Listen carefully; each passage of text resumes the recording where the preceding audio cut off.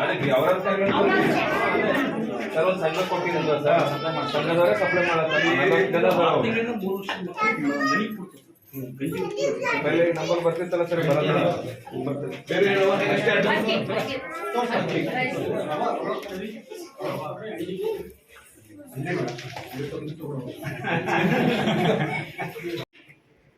पूरा उर्दू मीडियम है ना? हाँ सर, पूरा उर्दू मीडियम है sir. Total HM यारप्पा? HM sir. Madam है सर. स्ट्रेंथ तो टोटल स्ट्रेंथ कितना है? हाँ. कौन सा क्लास में फातिमा? काम नहीं है? एडमिशन नहीं है सर. क्यों? अच्छा. फर्स्ट है सर, एज नहीं है. कितना स्ट्रेंथ दिख रहा हो? कितना स्ट्रेंथ है टोटल? 30 है सर. फर्स्ट सेकंड थर्ड 107 है, 104 है. इतना ही तो बस. लोअर प्राइमरी से लोअर प्राइमरी हायर नहीं, हायर प्राइमरी सर 107 है. तो बच्चे कितने बोल रहा हूँ? टोटल स्ट्रेंथ 30 बच्चे सर. ऐसा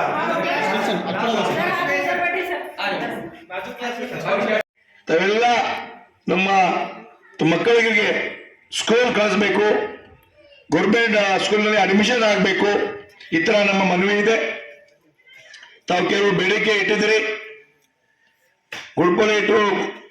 ಗುಡ್ಪಲ್ಲಿ ತಾಂಡ ರೋಡ್, ಯಾಕಂದ್ರೆ 2 ವರ್ಷ ಆಯ್ತು MLA ಆಗೀನಿ. ತಮ್ಮ ಕೃಪೆಯಿಂದ ಈಗ ನಯಾ ಪೈಸಾ ಬಂದಿಲ್ಲ, ನಯಾ ಪೈಸಾ ದುಡ್ಡು ಬಂದಿಲ್ಲ. ಆದ್ರೆ ನಾನು ಮುಖ್ಯಮಂತ್ರಿ ಹೆಸರ ಕೊಡ್ತೀನಿ.